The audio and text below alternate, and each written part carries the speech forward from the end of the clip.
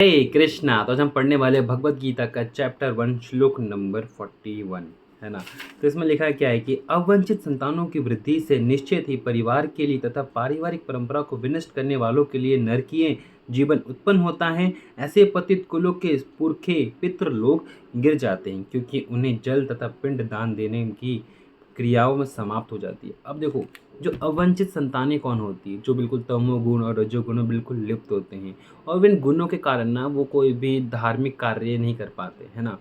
जो ज़्यादा व्यक्ति तमोगुण रजोगुण में लिप्त होंगे ना, वो धार्मिक कार्य नहीं कर पाते, ठीक है। और अवंचित संतान किसी भी पारिवारिक परंपराओं में उनका मन नहीं लगता, है ना।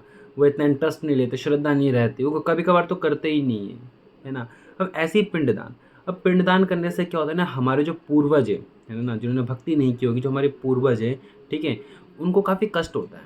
जहाँ भी वो नरक में हो या फिर वो किसी भूत बन के घूम रहे हो, उनको काफ़ी कष्ट होता है। अब उनका उद्धार कैसे होगा जब हम पिंडदान देते हैं।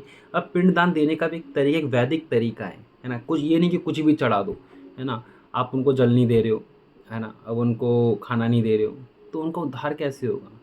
ठीक है, जैसे मान लो आपने उनको मदिरा चढ़ा दिया, क्या इससे उनका उद्धार हो जाएगा? बिल्कुल भी नहीं। उनको बिल्कुल सात्विक भोग देना पड़ता, नहीं, भगवान का महाप्रसाद, भगवान को भोग लगा के उनको महाप्रसाद दिया जाता, तभी उनका उद्धार होता है। तभी हमारे पूर्वजों का उद्धार होगा, वरना ऐसे उद्धार नहीं होगा। आप कहोगे अरे यार ऐसे कैसे होता है, वो कैसे खाएंगे। जैसे मान लो कि आप यहाँ से फ़ोन करते हो, मान लो किसी कोलकाता, दिल्ली सब कोलकाता फ़ोन करते हो, लगता है ना साधारण मनुष्य ने बनाया है। और पिंडदान, पूरी सृष्टि तो भगवान की रचना है। सोचो क्या क्या नहीं हो सकता, क्या क्या नहीं हो सकता, है ना। तो ये देखो, जो अवंचित संतान होती है तमोगुण रजोगुण के कारण क्या होता है, वो पारंपरिक कांडों में, पारंपरिक जो भी हमारे होते हैं वो नहीं लग पाते, और इसी कारण उनके पूर्वजों को भी सही से उनकी मुक्ति नहीं मिलती। लेकिन वैष्णव के साथ ऐसा नहीं होता। वैष्णव अगर पिंडदान नहीं भी करते, है ना, उन्होंने जो भक्ति की, है ना, पिंडदान तो करना है, ठीक है, लेकिन मान लो कि उनके पूर्वज के पूर्वज पूर्वज के पूर्वज, है ना, उनका उद्धार कैसे हो? उनको उद्धार कैसे हो?